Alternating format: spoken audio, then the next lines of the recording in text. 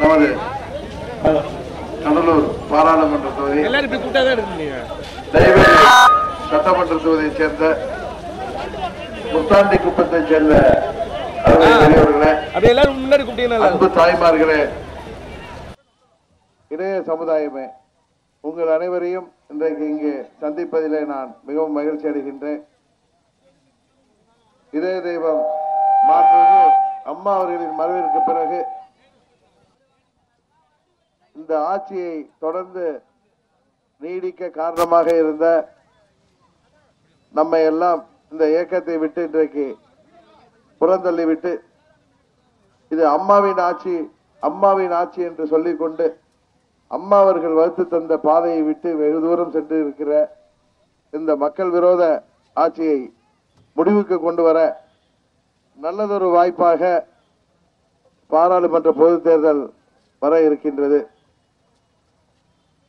இந்த ஆட்சி என்றைக்கு போகும் என்று நீங்கள் எல்லாம் ஆவலோடு காத்திருக்கின்றீர்கள். காரணம், தமிழ்நாட்டு மக்கள் விரும்பாத எல்லா திட்டங்களையும் அம்மா அவர்கள் இருந்தவரை தடுத்து நிறுத்திய அனைத்து திட்டங்களையும் இந்த ஆட்சியாளர்கள் இன்றைக்கு இங்கே அனுமதித்திருக்கிறார்கள். மத்திய அரசு நீட் தேர்வை கொண்டு வந்த பொழுது அம்மா அவர்கள் ஏழை எளிய கிராமப்புற மாணவ மாணவிகளை பெரிதும் பாதிக்கும் என்ற காரணத்தினால் அந்த திட்டத்தை அன்றைக்கு தடுத்து நிறுத்தினார்கள்.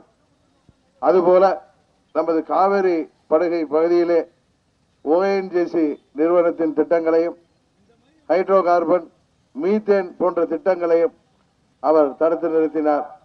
அம்மா அவர்கள் இருந்தவரை GSTயை அறிமுகப்படுத்தக்கூடாது, அதிலே பல மாறுதல்களை கொண்டு வர வேண்டும், ஏனென்றால் வியாபாரிகள் பாதிக்கப்படுவார்கள் என்றெல்லாம் போராடினார்.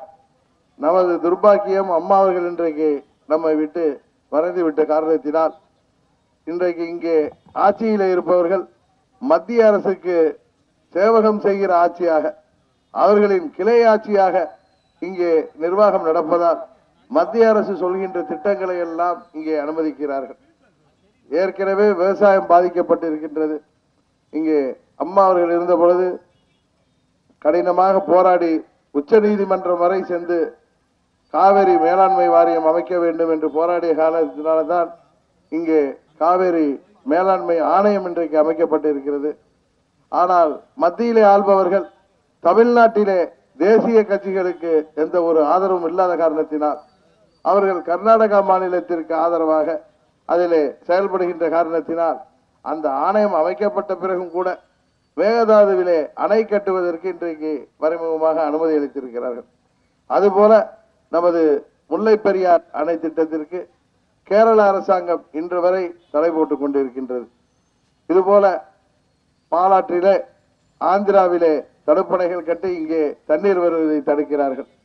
இதையெல்லாம் மத்தியிலே அது காங்கிரஸ் கட்சியாக இருந்தாலும் சரி, பாரதிய ஜனதா கட்சியாக இருந்தாலும் சரி, ஏன் கம்யூனிஸ்ட் கட்சியாக இருந்தாலும் சரி, அவர்களுக்கு தமிழ்நாட்டிலே பெரிய வாக்கு வங்கி இல்லாத காரணத்தினால் அவர்களால் சட்டமன்ற உறுப்பினர்களும் பெரிய அளவிலே பாராளுமன்ற உறுப்பினர்களையும் பெற்று ஆட்சி அமைக்க முடியாத நிலையில இருக்கின்ற காரணத்தினால் அவர்கள் தமிழ்நாட்டை புறக்கணிக்கிறார்கள்.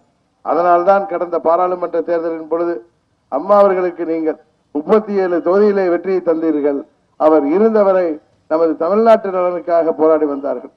ஆனால் அவருக்கு பிறகு இன்று ஆட்சியிலே இருப்பவர்கள் இது அம்மாவின் ஆட்சி, இது அம்மாவின் ஆட்சி என்று சொல்லிக்கொண்டு நமக்கெல்லாம் தமிழ்நாட்டு மக்களை எல்லாம் புறந்தள்ளிவிட்டு தங்கள் சுயநலத்துக்காக, அதுவும் தனது சட்டமன்ற உறுப்பினர்களை பாதுகாத்தால் போதும், மக்கள் இந்த ஆட்சியை விரும்பவில்லை, சட்டமன்ற உறுப்பினர்களின் நலனை பாதுகாத்தால் இந்த ஆட்சியை முடிந்தவரை தொடரலாம் என்று ஆசிரியர்களும் அரசு ஊழியர்களும் போக்குவரத்து தொழிலாளர்களும் இன்றைக்கு ஊதிய உயர்வு போன்ற பல்வேறு கோரிக்கைகளை அவர்கள் கேட்கும் பொழுது அவர்கள் மிரட்டப்படுகிறார்கள், கைது செய்யப்படுகிறார்கள், வேலையிலிருந்து நீக்கப்படுவதாக அவர்கள் இன்றைக்கு அச்சுறுத்தப்படுகிறார்கள். ஆனால் சட்டமன்ற உறுப்பினர்கள் கேட்காமலேயே அவர்களுக்கு 1 லட்சம் ரூபாய் சம்பளம், ஏற்கனவே இருந்த 50,000 ரூபாய் 1 லட்சமாக உயர்த்தியிருக்கிறார்கள். காரணம், அவர்களிடம் இருக்கின்ற 100 சட்டமன்ற உறுப்பினர்கள் அவரை விட்டு போய்விடக் கூடாது, போனால் இந்த ஆட்சி முடிவுக்கு வந்துவிடும் என்கிற பயம்தான். ஆனால் இந்த நேரத்தில் நல்லதொரு வாய்ப்பாக 21 தொகுதிகளிலும் தேர்தல் வருகின்ற வாய்ப்பு இருக்கிறது. அதிலே 8 தொகுதிகளிலே இந்த ஆட்சி ஆளுகின்ற கட்சி ஜெயிக்கவில்லை என்றால் ஆட்சி தானாக போய்விடும்.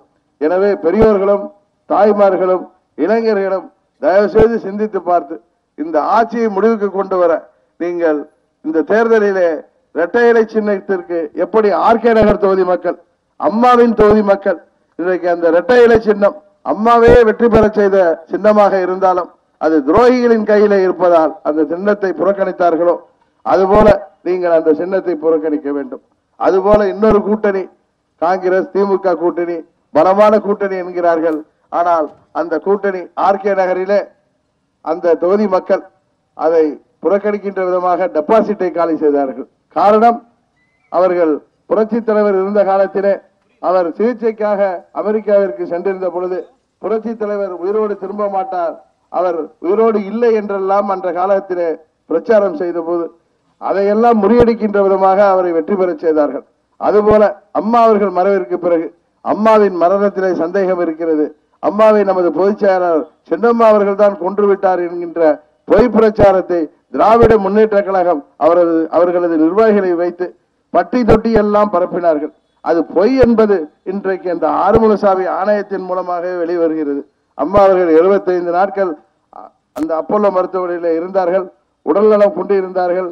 உடல்நலம் தேடி வருகின்ற நேரத்திலே அவர்களுக்கு கார்டியாக் அரெஸ்ட் மூலம் இறந்திருக்கிறார் என்று மருத்துவர்களே சாட்சி சொன்னதை நீங்கள் தொலைக்காட்சிகளிலே பார்த்திருப்பீர்கள்.